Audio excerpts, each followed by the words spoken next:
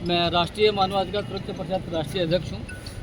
संस्था का काम है सामाजिक मुद्दों को उठाना और जो समाज के पीड़ित वर्ग है उसको न्याय दिलवाना, ये हमारा काम है। आज भी हम लोग एक सामाजिक मुद्दों को लेकर यहाँ पर एकत्रित हुए हैं। आपको मैं बताना चाहूँगा कि सहारा प्लाजा ट्रेडर्स वेलफेयर एसोसिएशन का मामला है। विगत 10 वर्षों से यहाँ पर चुनाव का कोई कार्यक्रम नहीं हुआ, जबकि चुनावी प्रक्रिया ये है कि लोकतांत्रिक तरीके से और पारदर्शी तरीके से चुनाव कराया जाए। विगत 10 वर्षों से एक सोसाइटी लगातार यहाँ पर कब्जा बनाए हुए है और बड़ा गैर संवैधानिक तरह से सोसाइटी को चलाया जा रहा है। बात करी जाए कि मूलभूत सुविधाओं की, देखिए जब आपकी दुकान खरीदता है या ये किराए पर लेता है तो मूलभूत सुविधाओं का ध्यान रखता है। मूलभूत सुविधाओं में क्या आता है? सबसे पहले टॉयलेट, शौचालय। प्लाजा में 24 शौचालय हैं जिनको सोसाइटी ने बंद कर रखा है। प्लाजा के 24 शौचालयों में से सिर्फ 4 शौचालय जो पेड हैं उनको खोला गया, एक शौचालय को सार्वजनिक किया गया और एक शौचालय ऐसा था जिसको मेरे बहुत संघर्ष करने के बाद खोला गया। मतलब टोटल 6 टॉयलेट चल रहे हैं जिसमें 4 पेड हैं, 2 अनपेड हैं और बाकी के 18 टॉयलेट सोसाइटी ने बंद कर रखे। मेरा सवाल ये है कि किस अधिकार से, किस शक्ति के अंतर्गत उन्होंने सोसाइटी अधिनियम के किस धारा के अंतर्गत इन शौचालयों को बंद करा है? मूलभूत सुविधाओं से व्यापारियों को वंचित रखा है। दूसरी बात अब शुरू ये होती है कि सोसाइटी का कहना है कि साहब हमारे पास खर्च बहुत ज़्यादा है, आमदनी बहुत कम है। आपको मैं आमदनी के बारे में बता दूं, सोसाइटी ने अलग अलग स्रोत बना रखे हैं आमदनी के। पहला स्रोत तो ये है कि आप देखिए, आप जब आए होंगे तो हर मुख्य द्वार पर उन्होंने विज्ञापन लगा रखे हैं। इन विज्ञापनों के माध्यम से 60,000 रुपये महीने की आमदनी करी जाती है। 15,000 रुपये प्रति द्वार उनसे चार्ज किया जाता है। 60,000 रुपये की इनकम हो गई। ये पार्किंग आप जो देख रहे हैं, 1,65,000 रुपये पार्किंग से सोसाइटी वसूलती है। अभी मुझे थोड़ी देर पहले जानकारी हुई कि डी ब्लॉक के पीछे वाली जो पार्किंग है उसको अभी ठेका दे दिया गया है, जबकि सी और डी ब्लॉक के पीछे की जो पार्किंग थी ये निःशुल्क थी। आज सुनने में आ रहा है कि इसका भी ठेका दे दिया गया है। इसके अलावा यदि किसी को कोई अपनी कैनोपी लगानी है, किसी कंपनी को, किसी व्यापारी को अपने प्रचार करना हो, उस प्रचार के लिए उस व्यापारी को 10 से 25,000 रुपये प्रतिदिन के हिसाब से सोसाइटी को पे करना होता है। इसके अतिरिक्त यदि किसी व्यापारी को पानी का इस्तेमाल करना है, जबकि पानी देने का अधिकार जल का विभाग का है, जल निगम का है, यदि किसी व्यापारी को पानी की सुविधा प्राप्त करनी हो तो उसे 15,000 रुपये सोसाइटी को पे करने होते हैं। इसके अतिरिक्त 1,000 रुपये प्रति माह उसको देना होता है। इतने सारे आपके खर्चे हैं, फिर आप कहते हैं कि इतने सारी आपकी आमदनी है, फिर आप कहते हैं सब खर्चे बहुत ज़्यादा हैं, सोसाइटी मेंटेन नहीं हो पा रही है। अब बात करते हैं कि इन पैसों का ही करते क्या हैं। इन पैसों का ये निजी उपयोग में दुरुपयोग करते हैं। कैसे करते हैं आपको उदाहरण दे रहा हूँ मैं। आप अभी देखिएगा, सी ब्लॉक की छत के ऊपर इन्होंने एक निजी बैडमिंटन कोर्ट बना रखा है। पैसा किसका? सोसाइटी का, हम व्यापारियों का। बैडमिंटन कोर्ट किसके लिए बनाया? निजी। इनकी औलादें खेलती हैं, मैंने अपनी आंखों से देखा है। श्री अनुपम शुक्ला जी हैं, उनके बच्चे जो यहाँ के महासचिव भी हैं, उनके बच्चे वहाँ पर खेलते थे। मैंने विरोध किया तो वो बैडमिंटन कोर्ट बना हुआ आज भी है। इसके अलावा सोसाइटी ने क्या करा? सोसाइटी के खर्चे से टेबल टेनिस का बोर्ड खरीदा था। हम व्यापारी हैं, हम यहाँ क्या करने आते हैं? हम यहाँ पर काम करने आते हैं, व्यापार करने आते हैं, खेलने थोड़ा आते हैं। यदि खेलने की सुविधा सोसाइटी दे रही है तो उसको सार्वजनिक किया जाए। हम सभी व्यापारियों को बताया जाएगा, साहब आपके लिए ये सुविधाएं बनाई गई है, यदि आप चाहें तो आप आकर खेल सकते हैं। पैसा हमारा उपयोग कौन कर रहा है? निजी। उपयोग कौन कर रहा है? सोसाइटी के कुछ जो चाटुकार हैं 4-5, उन्हीं चाटुकारों के लिए है वो। आपकी मुख्य मांग क्या है? जो ये प्रेस कॉन्फ्रेंस हो रही है और जो व्यवस्थाएं आप बता रहे हैं, उसमें मुख्य मांग क्या है? देखिए, मुख्य मांग मेरी जो है वो चुनाव है।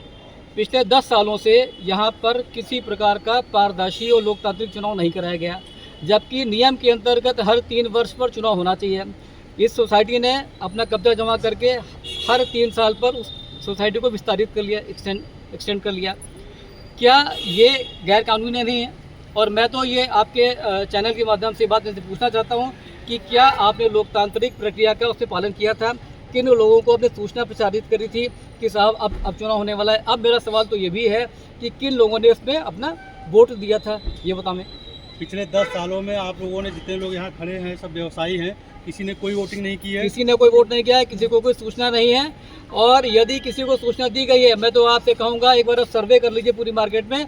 कोई 10 दुकानदार ये कहते हैं कि हमको चुनाव के विषय में कोई जानकारी दी गई थी। मैं हार मानने को तैयार हूँ। मैं कल सोसाइटी यहाँ ये कॉम्प्लेक्स छोड़ के चला जाऊँगा।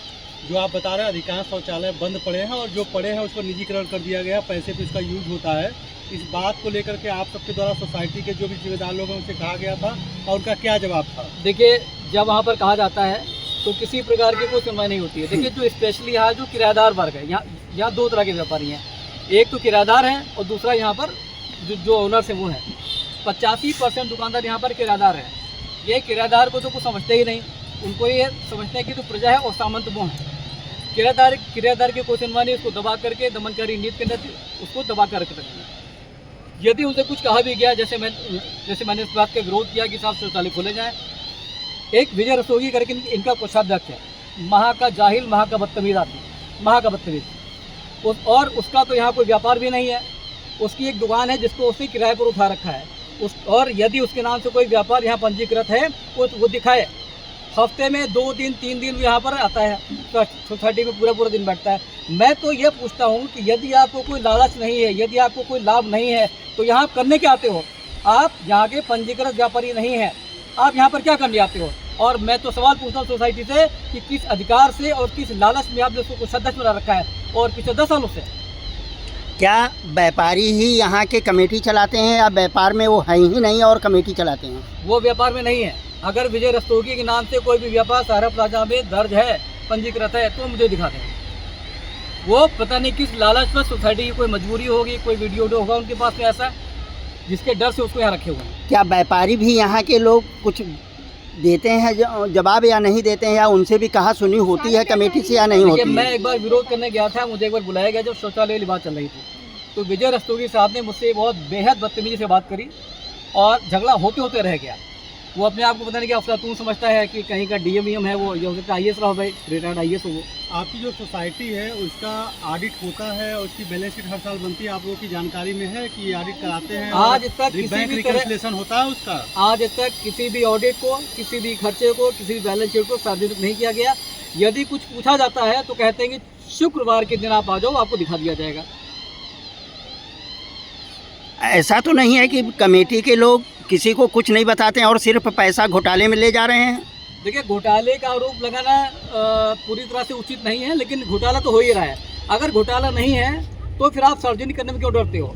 और अगर घोटाला आपको नहीं करना है, यदि आपके मन में कोई लालच नहीं है, कोई आपके अंदर लोभ नहीं है, तो आप 10 साल से गैर कानूनी तरीके से सोसाइटी क्यों चला रहे हैं? मेरा तो सवाल ये है।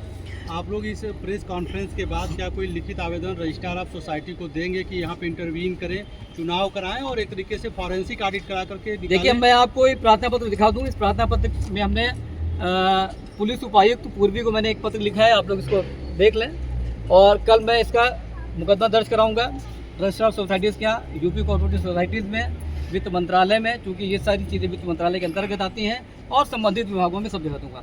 आपको मैं एक बात और बताऊँ, सोसाइटी में किसी भी प्रकार की फायर की सुविधा नहीं है, अग्निशमन की कोई व्यवस्था नहीं है। जिस पर हम लोग खड़े हैं, इसी के नीचे अग्निशमन का टैंक बना हुआ है।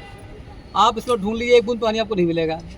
आप मार्केट का पूरा सर्वे करके आइए, एक भी अग्निशमन यंत्र आपको चलता हुआ नहीं मिलेगा। मैंने इस विषय में CFO को मैंने लिखा, मैंने उनसे जाके व्यक्तिगत मुलाकात करी, उसके बाद भी सोसाइटी किसी भी तरह की बात को सुनने को नहीं तैयार। यदि यहाँ पर कोई अग्निकांड हो जाता है तो किसी भी व्यापारी की सुरक्षा की कोई गारंटी नहीं है। अभी आपने सुना होगा अलीगंज में एक अग्निकांड हुआ, 15 बच्चे उसमें मर गए। यदि कल को यहाँ पर कोई अग्निकांड हो जाता है तो सोसाइटी ये सहारा प्लाजा के पास नहीं, किसी भी तरह की अग्निशमन की कोई व्यवस्था नहीं है। Thank you. ठीक है। राजन को